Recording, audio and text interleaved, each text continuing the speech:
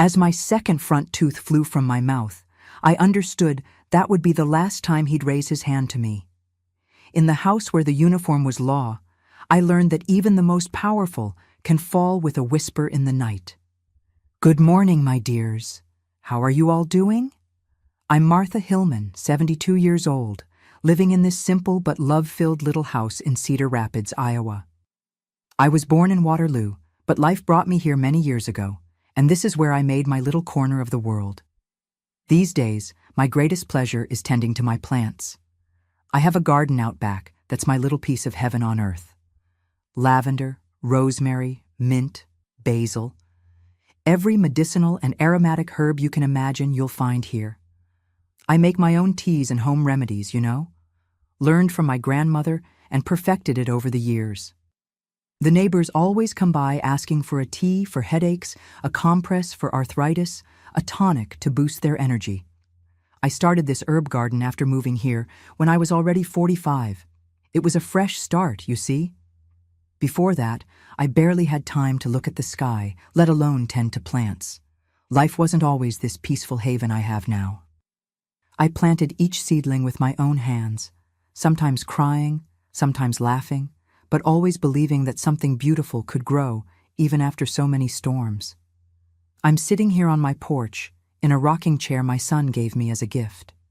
From here I can see the street, children playing, life passing by more slowly than in the big cities.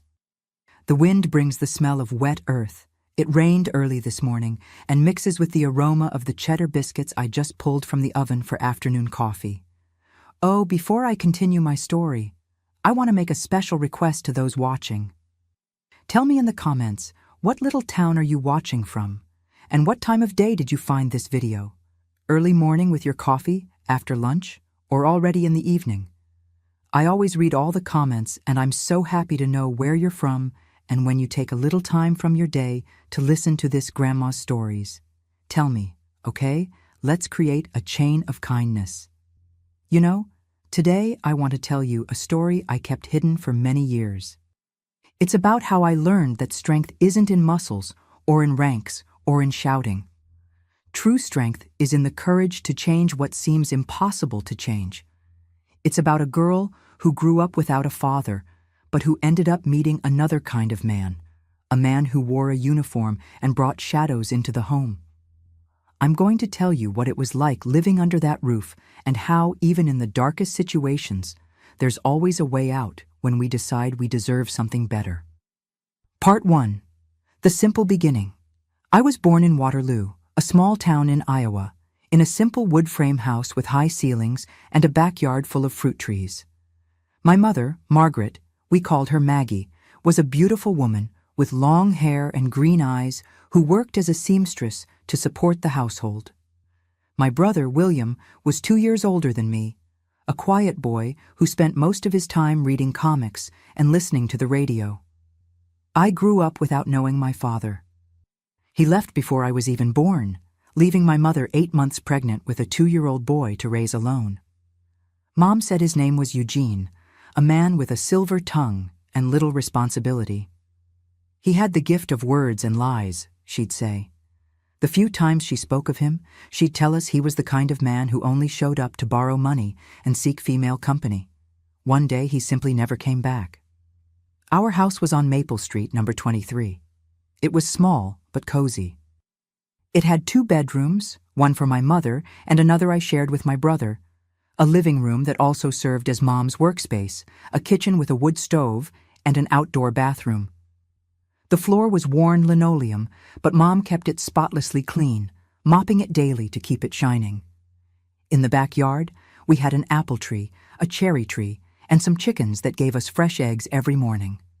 Life was simple, but had its routine. We'd wake up with the rooster's crow around 5 in the morning. Mom was already up, lighting the stove to make coffee and oatmeal for breakfast. After eating, William and I would walk to the public school about 20 minutes away. On the way, we'd play counting cars and trucks that passed. Whoever saw more got to choose the first game on the way back from school. At school, I was a good student, especially in English. My brother had more difficulty but excelled in math. At recess, I'd play hopscotch, jump rope, and foursquare with my friends Susan and Dorothy. William usually stayed alone, watching the other boys play football with an old leather ball. He was never one to mix much.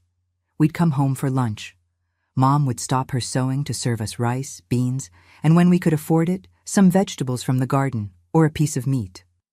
Then, while she went back to work on her Singer sewing machine, making that characteristic sound, tack, tack, tack, we'd do our homework and help with household chores. I liked cleaning the yard and feeding the chickens.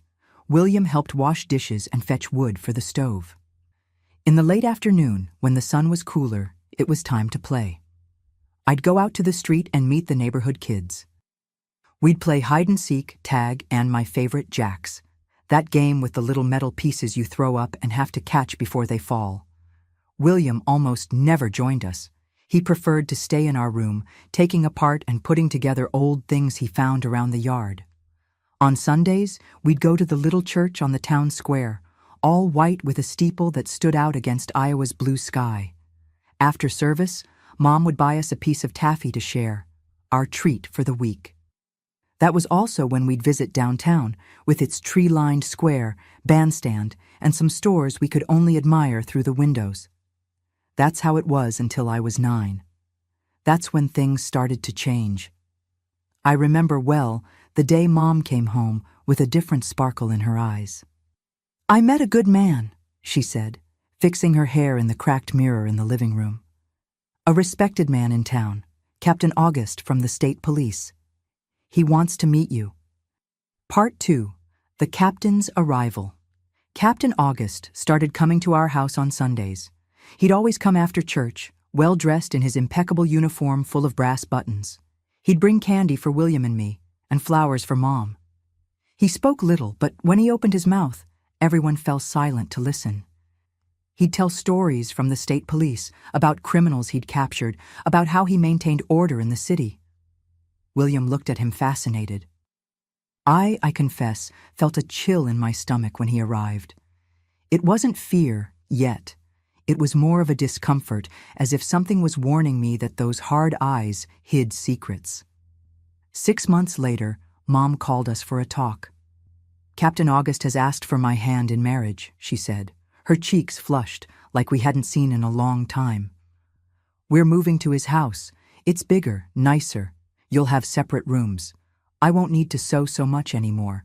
You'll go to a better school." William smiled, excited by the idea. I tried to smile too, but something inside me felt heavy as lead.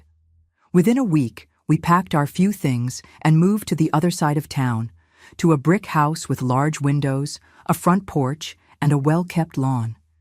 It was another world, a world we'd soon discover had its own rules, very different from the ones we knew. Part 3. The Transformation. The move to Captain August's house seemed like a dream at first.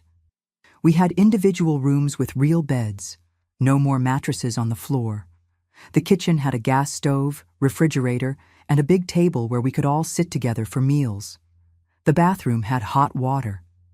Imagine the joy of taking a warm shower without needing to heat water on the wood stove.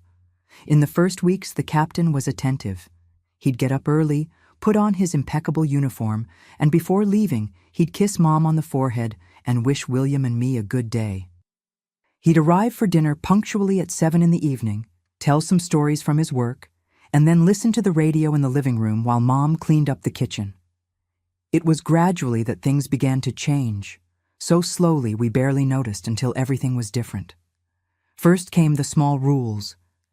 A police officer's wife must keep the house impeccable, he'd tell Mom. Girls can't wear shorts outside. It doesn't look good for a captain's family, he determined when I asked to go play with the neighbors on a hot January day. Soon came more rules, rigid schedules for everything, waking up, eating, studying, sleeping. The dinner table had assigned seats, with the captain always at the head. No one could start eating before him. No one could speak during the meal unless he asked something. The radio, which used to be our entertainment, could now only be turned on at specific times and only to listen to the news. I was 11 when I realized our house had turned into a barracks. Mom, who used to hum while sewing, now walked silently through the house, always alert, as if afraid of doing something wrong. William, on the other hand, seemed to adapt well to the new routine. He admired the captain, followed his orders without question, and even began to imitate his way of walking, with his chest puffed out and chin raised. "One day I'll be like Dad," he told me one afternoon while we were in the backyard. The dad he mentioned gave me chills. To me, that man would never be my father. Part 4. The Escalation. At 12, I began to notice how the captain's look changed when Mom didn't immediately obey an order. It became hard, cold, as if something dark passed behind his eyes. Then came that low, controlled voice that was worse than any shout. "Margaret, come here." And they'd go to the bedroom, from where sometimes came sounds I pretended not to hear. It was around this time that I had my first direct experience with the captain's discipline. I was in charge of washing and ironing clothes. Among them was the white shirt of his dress uniform that he'd wear to an important ceremony. While ironing the shirt, I didn't notice the iron was dirty and ended up leaving a yellowish stain on the sleeve. I tried everything to remove it. Detergent, lemon, even bleach. Nothing worked. The fabric was left with a faded mark, impossible to hide. When he came home and saw the shirt, a heavy silence fell over the house. Mom lowered her eyes. William quickly went to his room. I was left alone in the living room with the captain, who held the stained shirt with both hands, as if evaluating not just the fabric, but my entire existence. "Do you have any idea what you've done?" His voice was low, but each word felt like a stone. "Do you have any idea what this shirt means? It's respect, authority. It's what separates order from chaos." I tried to explain, to apologize, to say it was an accident. But the words died when I saw his eyes. I'll never forget that look. It wasn't anger, it was something colder, more calculated. What happened next? I prefer not to go into details. Let's just say I learned that day that the captain's discipline left marks, some visible, others not. Marks that took time to heal. From that day on, life in the house followed a pattern. The captain always found something that wasn't up to his expectations. A glass out of place, incomplete homework, an answer he considered insolent. And for each failure, there was a consequence. Part 5. Breaking Point. The months that followed were the darkest of my youth. After the uniform incident, it was as if a barrier had been broken. What used to happen with some intervals of calm had now become almost daily. The captain's house turned into a war zone, where each room held memories of lost battles. At 17, I had already learned to anticipate the signs. The specific creak of the gate when he arrived, the sound of military shoes on the floorboards, the way he placed his cap on the entry table. Every detail could reveal what kind of night we'd have. A carefully positioned cap meant a quiet day at the station. Thrown carelessly predicted trouble. Mom had also developed this ability. We communicated with looks. A simple raise of her eyebrows warned me to stay in my room, out of the way. A discreet nod indicated the coast was clear for me to go to the kitchen or bathroom without being noticed. The worst weren't the physical punishments, though they left marks I still carry today. The worst was the constant humiliation, the feeling of never being enough, of being inferior just for being born a woman. "Women are like recruits," he used to say during dinner, looking from me to Mom. "They only learn through discipline. The difference is that a recruit eventually becomes a soldier. A woman is always a recruit." William, at 19, no longer disguised his contempt for us.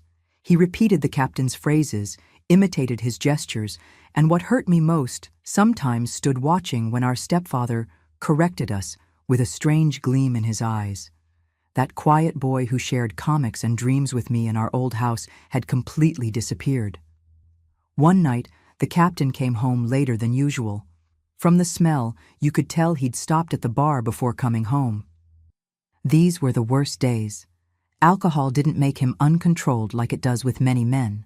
On the contrary, it made him more methodical, more calculating in his corrections. That night, dinner wasn't ready because he hadn't warned he'd be late. That was the trigger. What followed was a session of shouting about respect, hierarchy, and a wife's role.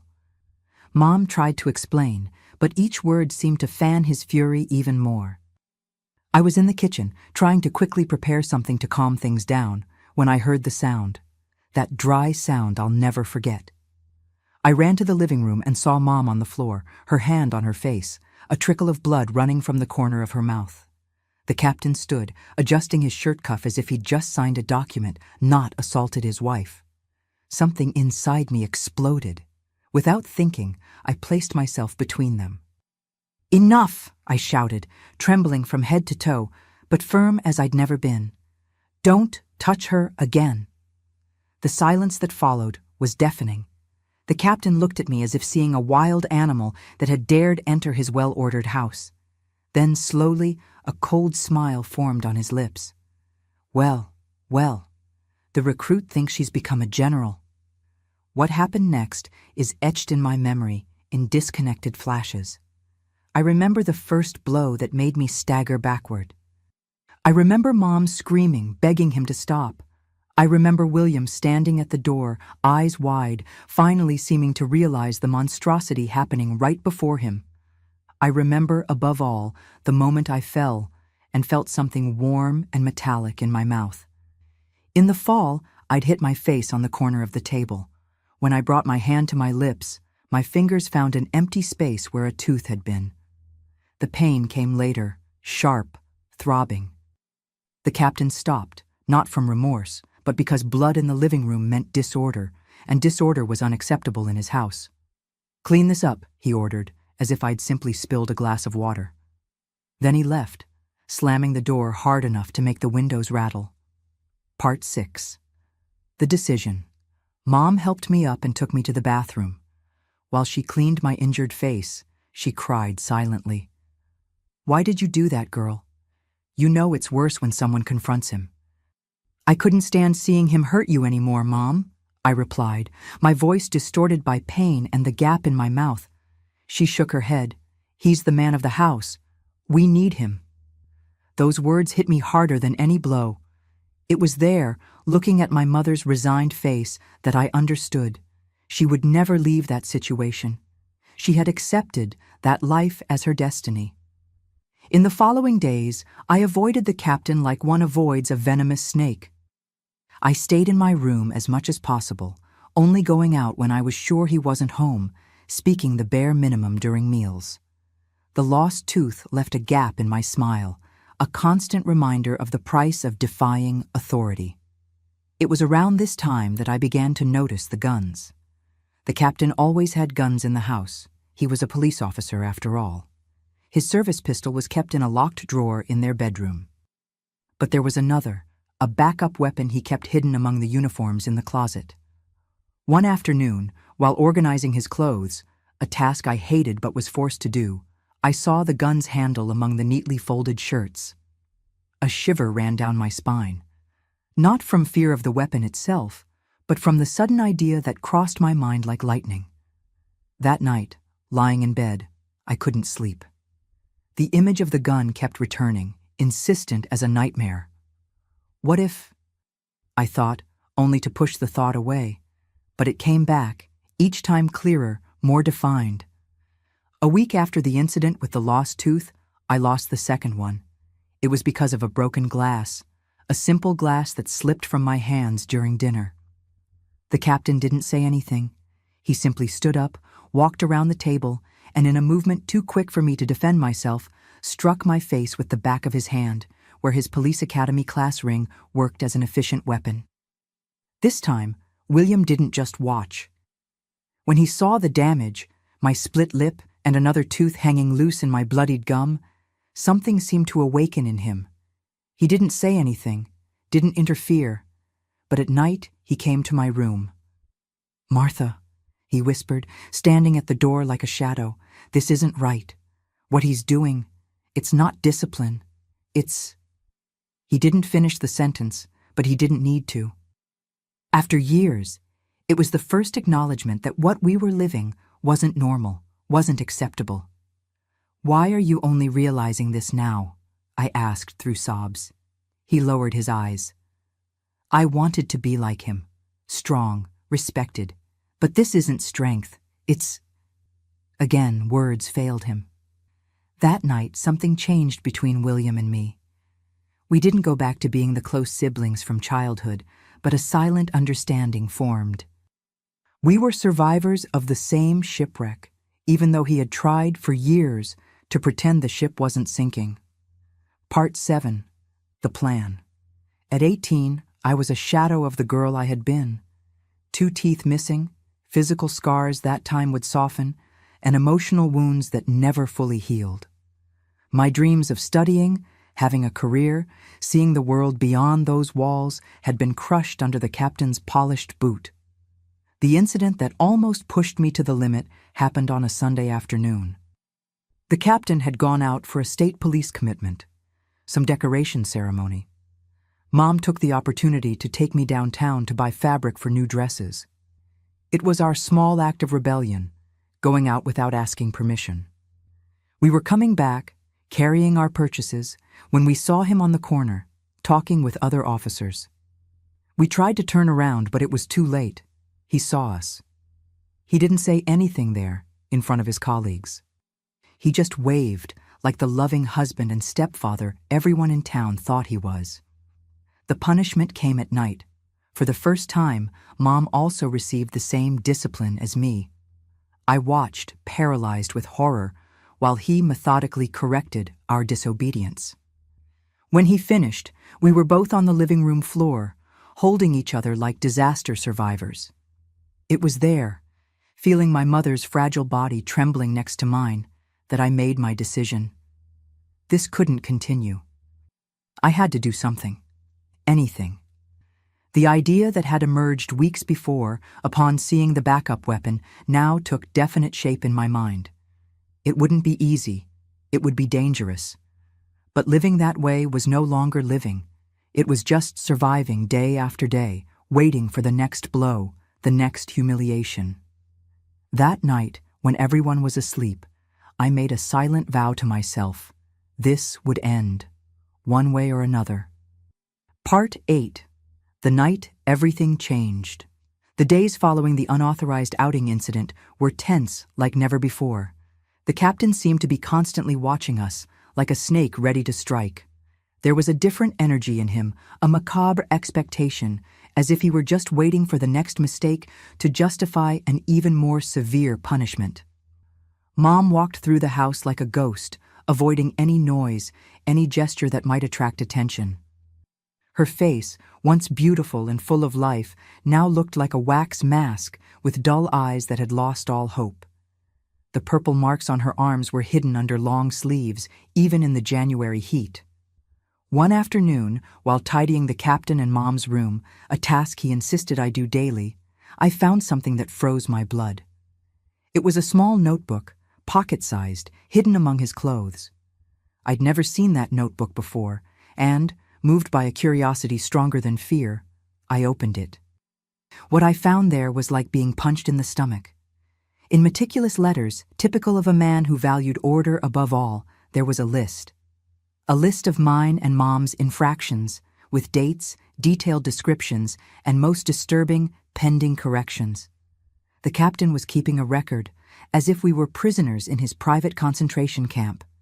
And from the number of items marked as pending, he was saving punishments to apply at the moment he deemed appropriate. I closed the notebook with trembling hands and put it exactly where it was. At that moment, a certainty formed within me. It wasn't just a matter of enduring until things got better. They would never get better.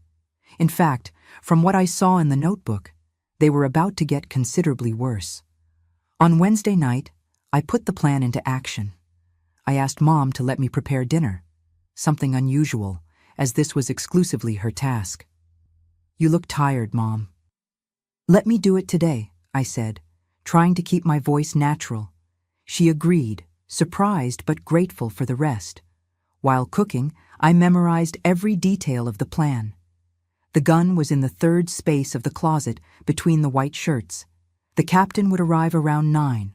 Mom would be asleep by 10. The backyard had tall grass in the back, near the lemon tree, a good place to hide something temporarily. I served dinner at 8, as he demanded, even when he wasn't home. Mom ate little, as always.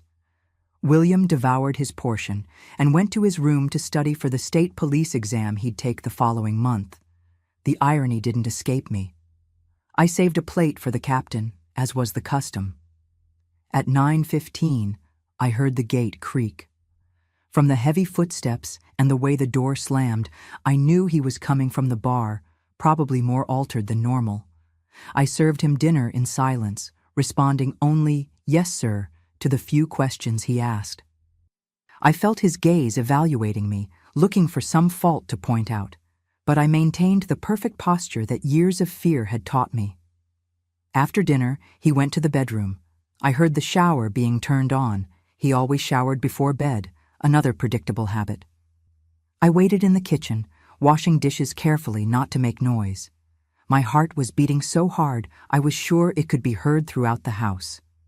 When the shower noise stopped, I waited another 15 minutes. Enough time for him to get dressed and prepare for bed. Then, with silent steps, I went to their room. The door was ajar. Another of his habits, he never completely closed doors because he liked to hear everything that happened in the house. I peeked through the crack. Mom was already lying down, with her back to the door. The captain was sitting on the edge of the bed, his back to me, applying some kind of ointment to his hands, probably for the aching joints he always complained about. The closet was on the other side of the room, partially open. It was the perfect moment. But I couldn't move. My feet seemed nailed to the floor, my breath caught in my throat. Planning was one thing, executing was quite another. I retreated, returning to my room with my heart racing. Lying in bed, I called myself a coward. The list of pending corrections came back to my mind, along with the image of Mom's injured face, her deadened look. And my own injuries, the lost teeth, the daily humiliations. But even so, I couldn't act. Not that night.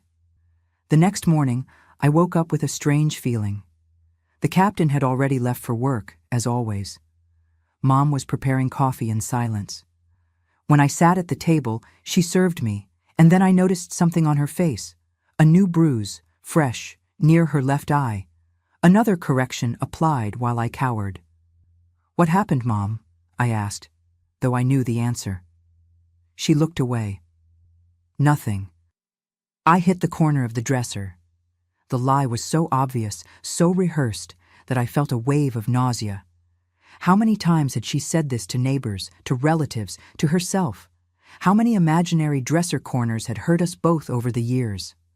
At that moment, something inside me hardened. Fear gave way to cold, calculating determination. I couldn't postpone anymore.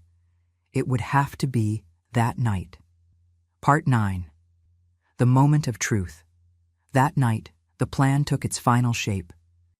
During the day, I noticed the captain had left his uniform to be washed. With the excuse of doing laundry, I carefully searched the pockets for his backup weapon, but found nothing. He always emptied his pockets before leaving clothes to wash, another inviolable rule of the house. My plan was crumbling before it even began. Without access to the weapon, what could I do? Despair began to invade me again. That's when I noticed something. His office door was open. A small room, almost a closet, where he kept important documents and, yes, where he sometimes left the backup weapon when he arrived late and didn't want to make noise in the bedroom. With my heart pounding, I approached the office. The door was just pushed closed, not completely shut. I pushed it slightly and looked inside. On the desk, illuminated by moonlight coming through the small window, was the leather case I knew well. The gun case. My hands were shaking so much I could barely open the clasp. When I finally did, there it was, the black pistol, heavy, loaded with the power to change destinies. I had never held a gun before. The weight surprised me, as did the cold feeling of metal against my skin. I closed the empty case and left it exactly where it was. I hid the gun under my blouse and silently left the office. Every floorboard seemed to want to betray me, creaking under my feet. But I managed to reach the back door without waking anyone. The backyard was dark and silent, only illuminated by the crescent moon. The tall grass in the back, near the lemon tree, was the perfect hiding place. I knelt and, with still trembling hands, hid the gun among the tree's roots, covering it with loose dirt and grass. I mentally marked the spot, making sure I could find it again. I went back inside, washed my hands in the kitchen sink, and went to my room. Lying in bed, looking at the ceiling, I knew I had crossed a line from which I couldn't return. The captain's gun was missing. When he noticed, and he would notice sooner or later, hell would break loose. He would turn the house upside down, interrogate each of us, and the punishment for the guilty party would be unimaginable. But I didn't intend to be there when that happened, nor did I intend for him to be in any condition to punish anyone. The next morning, I woke up before everyone. The sun had barely risen when I went out to the backyard, with the excuse of picking lemons for breakfast. Actually, I wanted to check if the gun was still where I had hidden it. It was there, just a small elevation in the dirt revealing its presence. The day passed normally. The captain left for work, William went to his technical school classes, Mom and I stayed home, doing our routine tasks, except nothing was normal for me. Every minute that passed was a minute closer to the decisive moment. In the afternoon, the captain came home earlier than usual. There was something different about him, a contained energy, a visible tension in the way he walked around the house, examining every corner. When he passed by the office, he stopped. He stood there at the door for what seemed like an eternity. Then he went in, closing the door behind him. The silence that followed was the heaviest I'd ever felt. Mom and I were in the kitchen, preparing dinner, both noticing something was wrong, but without the courage to comment. Minutes later, he came out of the office and went straight to the bedroom. More silence, and then the sound I feared, drawers being opened forcefully, objects being moved. He had noticed. "Margaret, Martha, come here now." His voice echoed through the house like thunder. Mom and I exchanged a quick look. In hers, I saw fear. In mine, she must have seen something different, because she frowned, confused. The captain was waiting for us in the middle of the living room, his face red with contained fury. "My gun is missing. The backup. I want to know where it is, and I want to know now." Mom went pale. "What gun, August? I don't know what you're talking about." I lied with the same conviction. "I haven't seen any gun, sir." He watched us for a long moment, his eyes passing from one to the other as if he could extract the truth just with his gaze. "If I find out one of you is lying..." He left the threat hanging, more frightening for not being explicit. That night, no one slept peacefully in the house. The captain turned every room upside down, opened every drawer, looked under every piece of furniture. He found nothing, of course. He didn't search the backyard. Why would he? In his ordered and hierarchical mind, it didn't make sense for a gun to be buried under the lemon tree. The next day, the tension was palpable. The captain left early, saying he would report the weapon's disappearance at the station.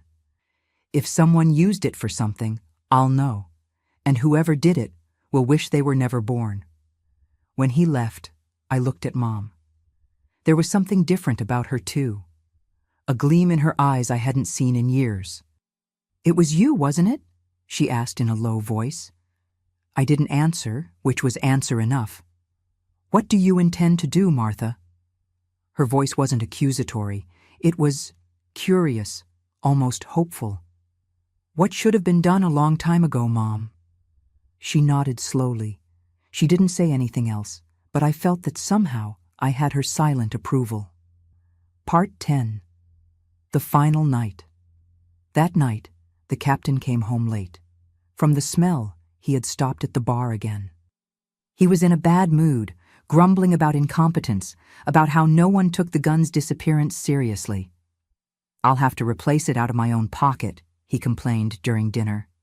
"These idiots think guns grow on trees." The irony of the phrase almost made me smile. Almost. After he went to sleep, later than usual, after drinking almost half a bottle of whiskey in the living room, I waited. This time the wait wasn't to steal the gun. The gun was already with me. The wait was to use it. The early morning was hot and stuffy, typical of January in Iowa. Sweat ran down my back as I crept through the backyard to the lemon tree. The dirt was soft, easy to remove with my hands. In a few seconds, my fingers found the cold metal of the pistol. I carefully cleaned the dirt from the gun, checking if it was in working condition. I didn't know much about guns, but the captain sometimes talked about how to maintain them, and I had paid attention.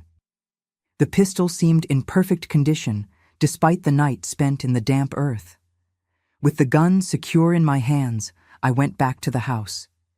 Each step was like walking in a dream, or nightmare. Part of me still didn't believe what I was about to do. But another part, the part that had suffered years of abuse, that had seen my mother's suffering, that carried the physical and emotional scars inflicted by that man, that part knew there was no turning back. The hallway to the captain and Mom's room had never seemed so long. The door was ajar, as always. From inside came the sound of his snoring, heavy from alcohol. I pushed the door slightly, trying not to make noise. The room was dark, only illuminated by moonlight coming through the window. I could see their silhouettes in bed, Mom on one side, the captain on the other. He slept on his back, his chest rising and falling with heavy breathing. I approached slowly, the gun now steady in my hands. Fear had given way to a strange calm, almost supernatural. It was as if I were outside my body, observing the scene from afar. I stopped beside the bed, looking at the man who had turned our life into hell. In sleep, his face was relaxed, almost peaceful, so different from the mask of authority and cruelty he wore when awake. For a brief moment, I hesitated. Would I be able to do this? Then I remembered everything. The years of humiliation, the screams, the blows, the lost teeth. Mom's dead look, the notebook with the list of pending corrections, the certainty that as long as he lived, we would never be free. I aimed the gun. The shot sounded like thunder in the silent night. Part 11. Freedom. An instant later, everything changed forever. Mom woke up startled, her eyes wide with horror when she understood what had happened. Captain August didn't move again. The bed, once the territory of our fear, became the scene of our liberation. "My God, Martha!" "What have you done?" Mom whispered, her voice trembling, her hands covering her mouth. I stood there, paralyzed, the gun still warm in my hands. A strange calm invaded me, as if a storm that had raged inside me for years had finally passed.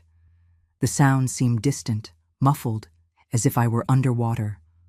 William appeared at the door, awakened by the noise. His eyes, sleepy at first, soon widened as he understood the scene. He looked at the captain, at the gun in my hands, and then directly into my eyes. I thought he would scream, that he would run for help, that he would turn me in. After all, for years he had been the captain's faithful apprentice, absorbing his values, imitating his gestures. But something unexpected happened.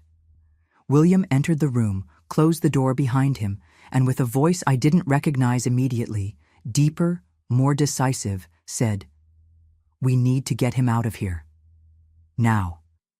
That night turned into a feverish nightmare of practical actions.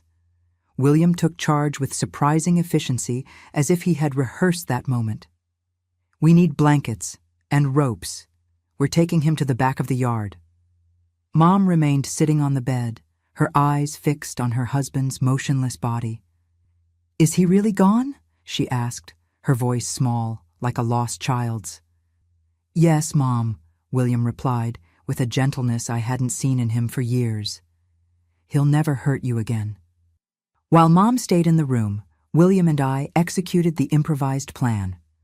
We wrapped the body in old blankets, tied them with ropes to make transport easier. It was difficult, heavy, but fear and adrenaline gave us strength we didn't know we possessed. At the back of the yard, behind the lemon tree where the gun had spent the previous night, William began to dig. The earth was soft because of recent rain, which made the work easier. I helped as I could, taking turns in the task of digging a hole that would be large enough. While we dug, William spoke quietly, as if afraid the house walls might hear us. I knew one day this would happen. I didn't know how or when, but I knew it had to end. "Why did you never help us?" I asked, my hands aching from the effort of digging. "Why did you take his side?" William stopped, leaning on the shovel. In the dark, his face looked older, more tired than a 20-year-old should look. At first, I really believed he was right, that discipline was necessary, that men should command. I wanted to be like him, respected, feared. He resumed digging before continuing. But when I saw what he did to your face, when I saw the teeth, something broke inside me. I realized it wasn't discipline, it was cruelty. It wasn't strength, it was cowardice. A single tear ran down my brother's dirt-covered face. "Forgive me, Martha. I should have protected you." I didn't respond immediately. Years of resentment don't disappear in a single night. But I nodded, acknowledging his pain, his guilt. Perhaps forgiveness would come with time. When the hole was deep enough, we placed the wrapped body inside. William picked up the shovel to start covering it with dirt, but I stopped him. "Wait," I said, and knelt at the edge of the hole. I looked one last time at the covered volume that represented the man who had turned our life into hell. I felt no remorse, just immense relief. "This is for what you did to our family," I whispered, throwing the first shovelful of dirt. We worked in silence for the next few minutes, covering the hole, smoothing the dirt, spreading dry leaves on top to disguise the spot. When we finished, it looked like nothing had been disturbed. The lemon tree continued there, its leaves swaying slightly in the night breeze, silent guardian of our secret. Part 12. New Beginnings. We returned to the house exhausted, covered in dirt. Mom was still in the bedroom, sitting on the edge of the bed, looking at the empty space where there had once been a man she feared more than loved. "It's done," said William. "Now we need to clean everything and decide what to do next." It was a long night of cleaning. Every trace, every drop, every evidence of what had happened needed to disappear. We changed the sheets, scrubbed the floor, cleaned the gun, and put it back in the case in the office. A crucial detail of the plan William developed while we worked. "Tomorrow we'll say he left early, before we woke up," he explained. "That he took a suitcase, seemed rushed. If anyone asks, we don't know where he went. Maybe he was transferred on emergency. Maybe he went to investigate the missing gun case. We don't know." "What if they don't believe us?" Mom asked, her voice weak. "They will believe," William replied firmly. "Men like him, with authority, sometimes disappear on missions. No one will question much, at least not at first." When the sun began to rise, we were sitting in the kitchen, drinking coffee in silence. Fatigue weighed on us, but also a strange lightness. It was as if the air in the house was different, more breathable. "We can't stay here," I finally said. "This house—" I couldn't finish the sentence. "Is cursed," Mom completed, surprising me with the firmness in her voice. It was the first complete sentence she'd said since the incident. "We were never happy here. We never will be." William nodded. "We can sell it. Say we're moving closer to family, since the captain disappeared." He hesitated on the last word, as if testing how it sounded. "With the money, we can start over somewhere else. Far from here," I added. "Very far." In the following weeks, we lived in a strange normality. William took it upon himself to communicate the captain's disappearance to his state police colleagues. He was worried about the missing gun, said he was going to investigate personally, took some clothes, said it might take a while. The colleagues accepted the explanation without much questioning, as William had predicted. After all, secret missions weren't uncommon. As the days passed, some came to ask if we had news, if he had called. We always said no, with carefully rehearsed expressions of concern. The official investigation only began a month later, when the prolonged absence became impossible to ignore. Police officers came to the house, asked questions, wrote down answers. We were the worried family, anxious for news. William, the dedicated son taking on responsibilities in his stepfather's absence. Mom, the apprehensive wife praying for her husband's return. Me, the obedient stepdaughter, helping maintain the house in order while we waited. No one questioned the 2 teeth missing from my smile. No one asked about the bruises that were still fading from Mom's arms. No one suspected that the family mourning the absence was actually silently celebrating newly acquired freedom. We sold the house 3 months later. A good price? Enough to buy tickets for the 3 of us and start a new life in Denver, Colorado, as far from Waterloo as we could plan. The night before departure, I returned to the backyard one last time. The lemon tree was still there, its leaves swaying in the night breeze, keeping our secret. I picked a lemon, feeling its weight in my hand, the sharp, fresh smell. It was the last fruit I would take from that house, a bittersweet reminder of the price of our freedom. When the bus left the Waterloo station the next morning, I looked out the window watching the city recede. Mom held my hand, her fingers intertwined with mine with renewed strength.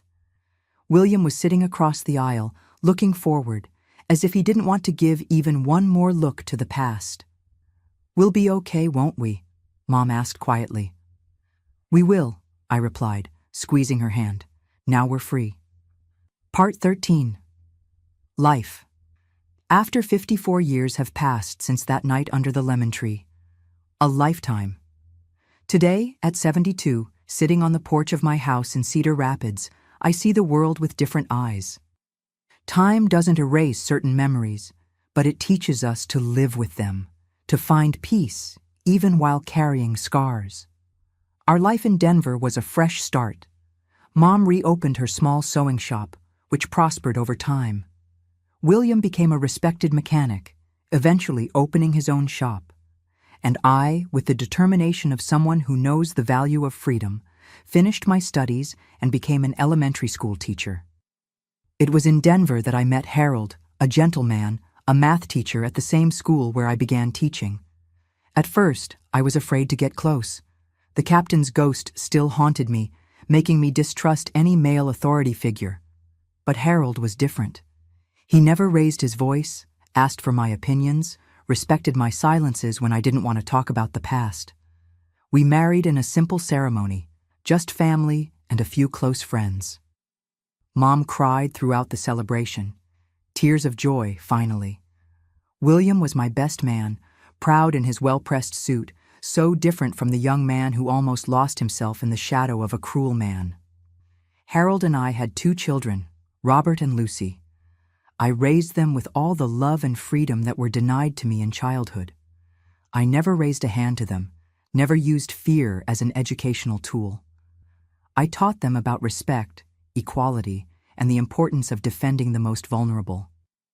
Mom lived with us until the end of her life, surrounded by affection and respect. Little by little, that woman who had been reduced to a shadow began to shine again. She became the grandmother who told stories, who taught old recipes, who laughed with her grandchildren. She passed serenely at 76, in her sleep with a smile on her face, an end so different from what could have been. William married Mary, a young Denver teacher, and had 3 children. Our relationship, once marked by resentments and silences, transformed into a solid friendship. We never spoke openly about that night, but there was a silent understanding between us, a bond forged in the most extreme moment of our lives. For 30 years, we built our life in Denver. I taught, took care of the family, cultivated a small garden in the backyard, perhaps inspired by the lemon tree left behind, but planting only things that brought beauty and healing, never secrets. The move to Cedar Rapids happened after retirement. Harold and I wanted a quieter place, closer to nature. Robert was already established in Chicago as an engineer, and Lucy worked as a doctor in Minneapolis. It was just the two of us again, free to choose a new path. We chose Cedar Rapids by chance, or maybe it wasn't chance. We visited the city during a vacation trip, and I was enchanted by the simplicity of the place, with the Cedar River cutting through the landscape, with the human warmth of the residents. Perhaps unconsciously, I was seeking to return to Iowa, not to relive the past, but to make peace with it. We bought this little house on Lilac Street, with a yard big enough for me to expand my passion for plants. Harold, always supporting my interests, helped me build beds, install an irrigation system, research medicinal herbs I could grow.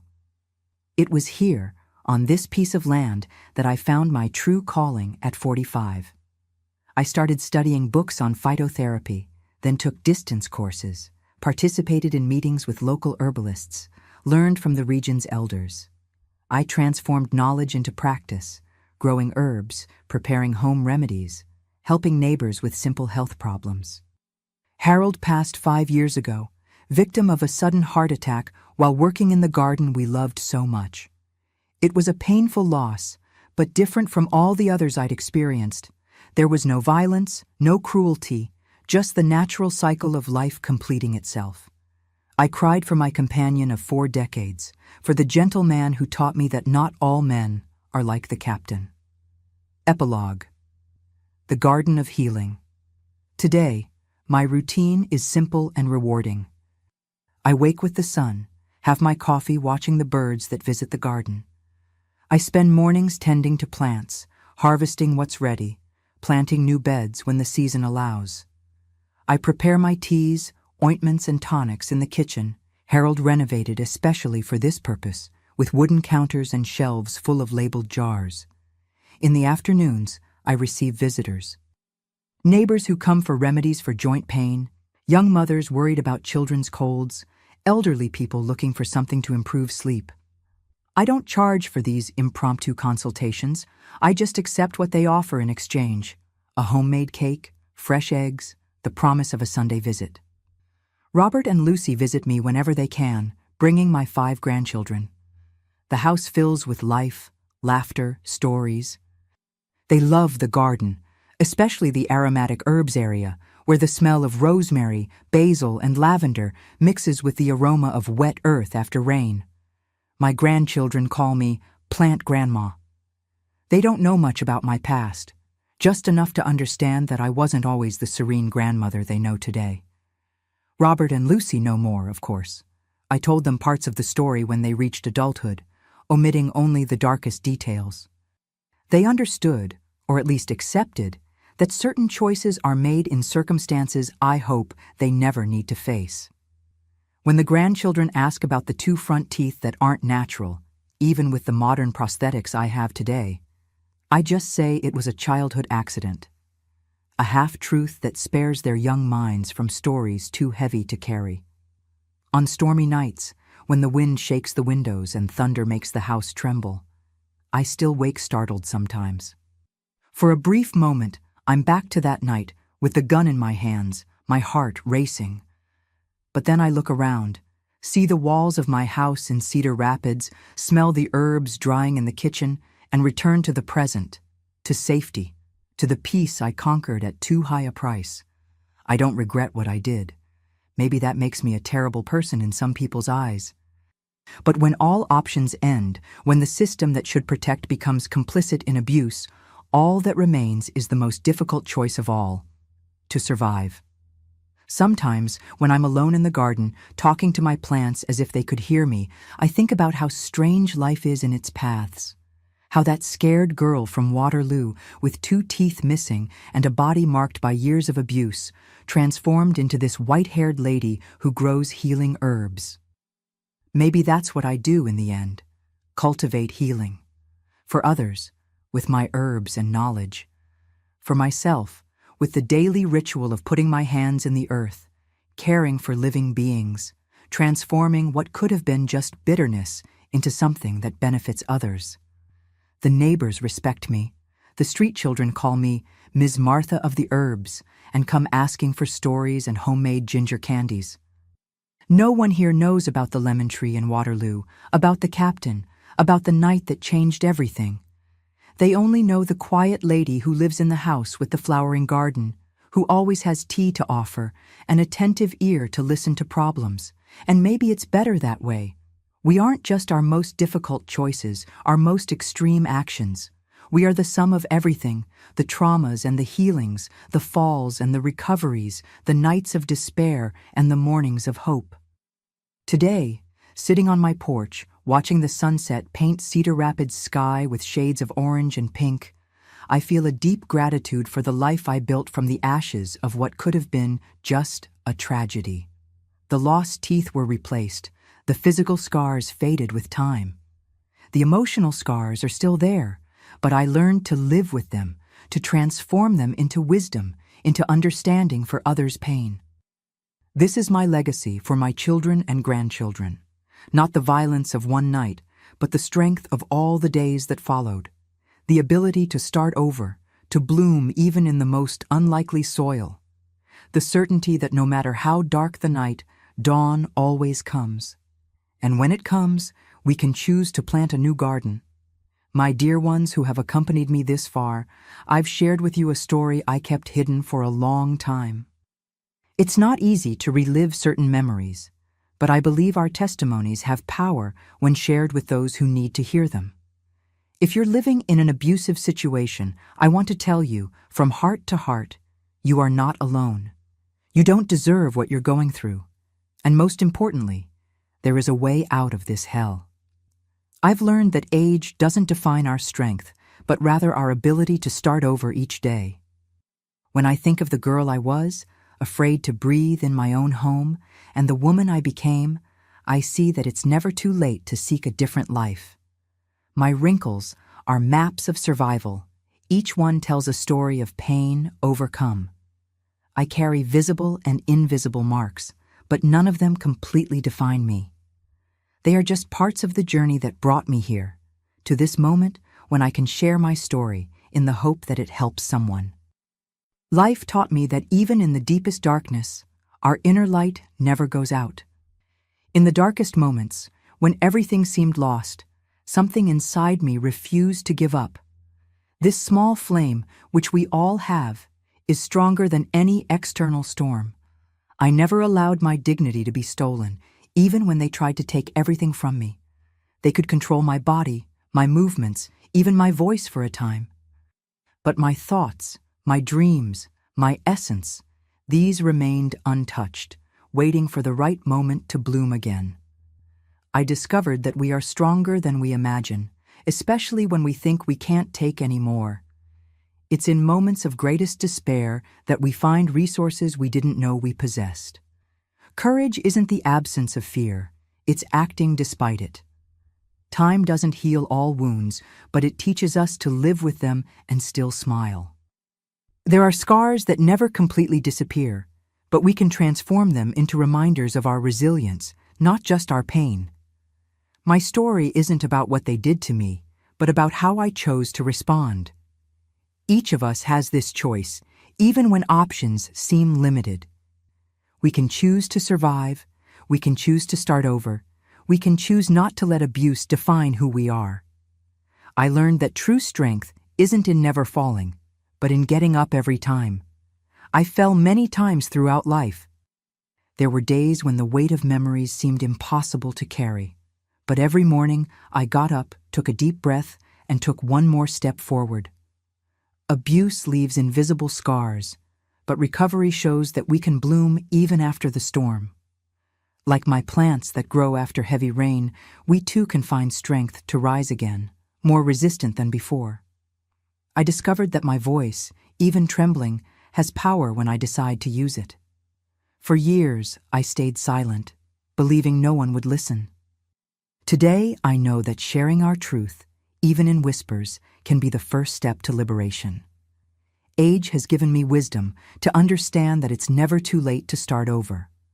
I built a new life at 18, rebuilt another at 45, and continue creating new beginnings every day at 72.